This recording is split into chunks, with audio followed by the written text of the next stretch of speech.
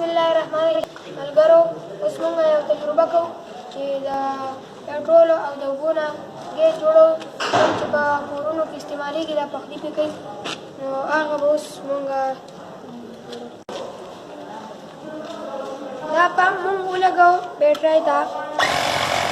بیټرۍ نه دا ګیس چې دی دا ځي پټرولو ته، پټرول نه چې څنګه ګیس ځي اوبو ته، د اوبو نه ګیس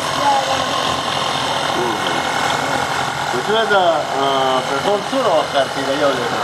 دا 2 هفتې. 2 هفتې کار کوي. او دې څه څه کوي دا په کور کې څه څه پخلی کوي؟ دا هر یو قسم پخلی. غوښه پخوي او ډوډۍ نور چاولې واولې او پیزناک کوي که غیر پیزناک کوي؟ مرغوز ووایي